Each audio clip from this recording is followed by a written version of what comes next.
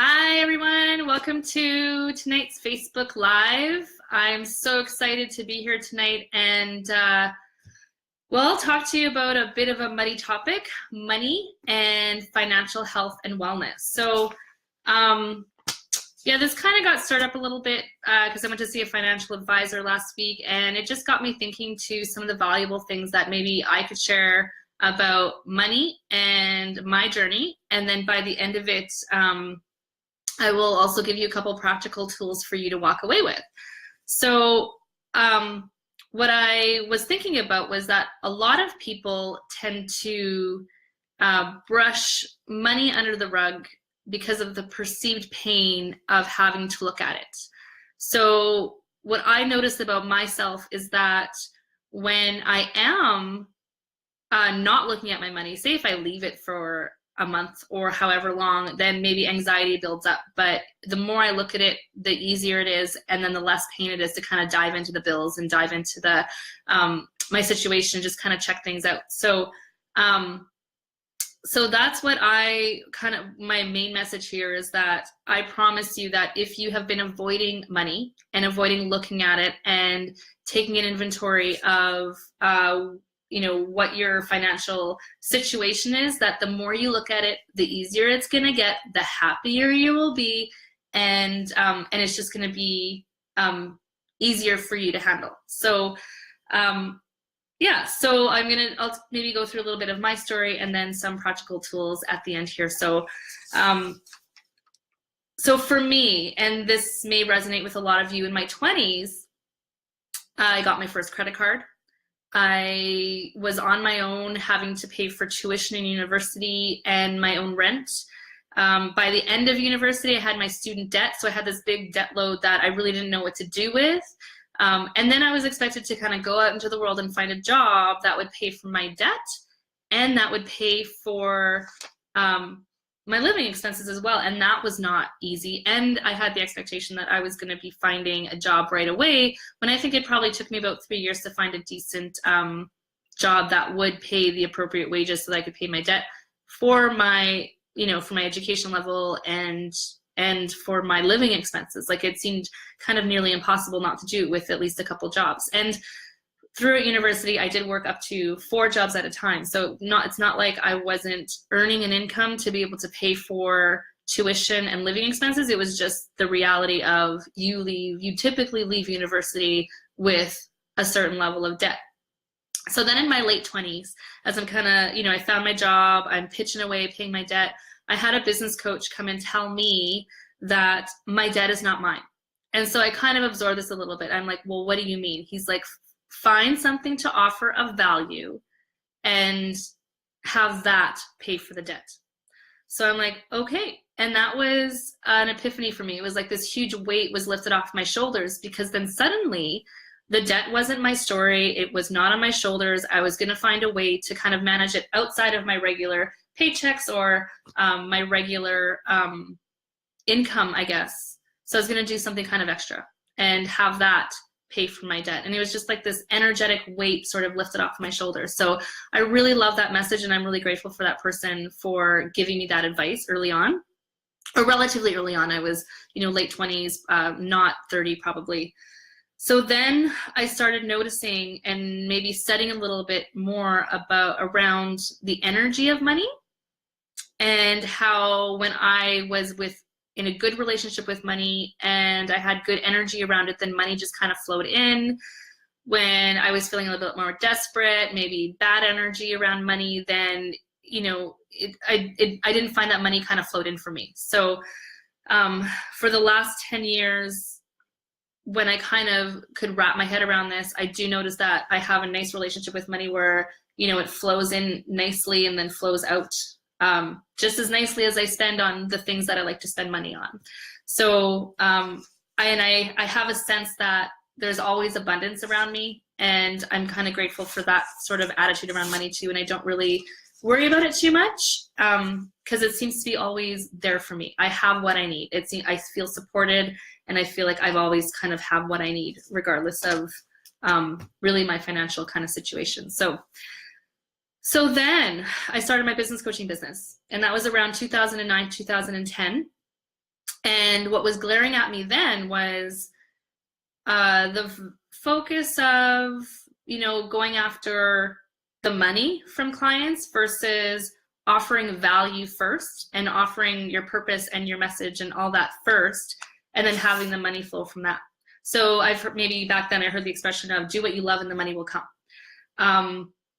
What I would maybe say is offer the most valuable thing, the most valuable and specific thing you can offer to someone, to an audience, and then focus on the value, and then the money will flow and the money will come in. So that's a really nice message around money, and entrepreneurship and business and that kind of thing. And then, and it can be hard, like if you're in a situation where like, oh, I need to earn, a certain amount of money right away. Well, you just might have to give it time. I think it took me about 6 months to have that initial flow of clients that came in, and it really took me stepping back and saying, okay, I have all these people in front of me. They're entrepreneurs, they're solo entrepreneurs, they clearly need some kind of help, but what is it that they need and what is it that I can offer?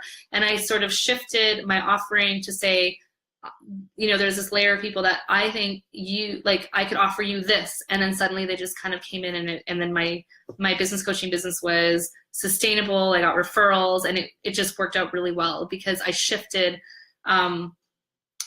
my perspective toward offering value instead of my pricing structure and like my selling techniques and all that kind of stuff. So I love that tip. Then fast forward, it was marriage and money, and this is a doozy. So in my marriage, my ex had an energy around money that was a bit more about scarcity, control, and power. And then so while I was more expansive, or instead of our marriage and our relationship and even me feeling more expansive, it became more about limitations rather than abundance. And that was sort of maybe a wake-up call around money and how I wanted to feel around money, and even maybe in my next relationship, how I kind of want money to feel in my life and what's important to me. So sometimes you don't know how you feel or what you value unless you're kind of in a bit adverse situation. So, and now I'm a single mom. So there's bills, recovery from legal bills. There's having to cut down time, like working. So then you're drawing in a bit less of an income. And then, so what I had to do, and this is, why I'm here and wanting to offer this, helping single moms automate their business, is because I had to figure out how to restructure my business so that it would work for me now. So in terms of managing time, I can't do one-on-one coaching like I used to. So I've had to kind of limit the number of one-on-one clients I can take, and then find ways to automate and work a little bit more online. So what I did around money, if this is what I needed to learn, I invested my money in learning how to automate my business. And that's kind of why I, now I'm paying it forward, helping single mom entrepreneurs automate their business. And so I'm, ahead of the game, and maybe I can offer you some of the lessons that I've learned. So, and that's I think huge around, figuring out how to make money in a adverse situation, right? So there you go. Okay, so I promised you 2 practical tools that you can take away with you today.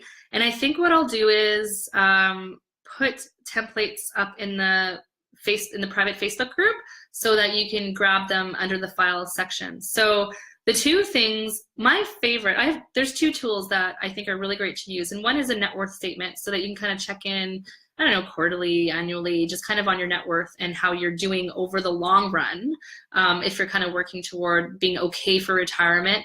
But what I love the most is the cash flow statement. So, and that's kind of a complicated, or it can be a bit of a more complicated Excel sheet. I have been in the past where I've just written it out and forward dollars from one pay period to the next pay period, or whatever it was, or 1 month to the next month, and to chip away at debt, or to chip away at expenses, or to kind of get ahead or get towards savings, or whatever it is that my goal was.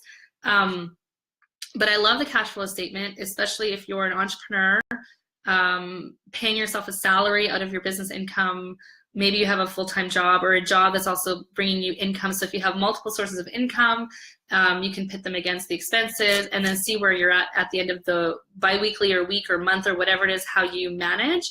But also you can kind of set a goal. So if you say you want to pay off, I don't know, $10,000 in the next 6 months, you can kind of put in a line of, okay, well, I can put in X amount of dollars every week or every month toward this goal, and you can kind of see where your position will be. You can kind of forecast it a little bit. So for me, in all these years, from my 20s up to now, the cash flow sheet is probably one of my most favorite tools for doing that bit of a reality check of money in and money out and money goals and setting those money goals. And then also managing my business income as well as more of the consultant business coach, where, you know, I'm a sole proprietorship and I can just say, pay myself a salary and manage that way too. Love the cash flow sheet and love it for so many different reasons, and looking at it that way. And, you know, of course, don't forget the budget, right? Like just kind of looking at how you're spending your overall household stuff and where you can kind of cut down, and, you know, looking at your bills once in a while to say, hey, can I, you know, reduce my cell phone bill? Can I reduce all that? But so this is really about your financial health and wellness. I hope that I've given you a couple tools. I also hope that maybe some of my own journey around the energy around money and the perspective, you know, having that perspective that, well, no, the debt is not mine. Like, you're not owning it, or it's not sitting on your shoulders as your story. Because if you keep telling that story for yourself, then it's going to stick with you, and you're going to keep perpetuating that in your life. So yeah, energetic shifts around money are key to your abundance and expansion and all of that. So thank you for sitting with me today's Facebook Live. If you want more information, you can go to jennifercottis.com. If you already haven't downloaded the freebie on 3 things single moms must do to automate their business right now, I would grab that. You'll get future notifications for future lives and videos, and these are also going to be uploaded to the YouTube channel for people that are not in the single moms group. So because I think there's a lot of great tips for a lot of people. So thank you again for joining us, and light up your lady biz. Thanks.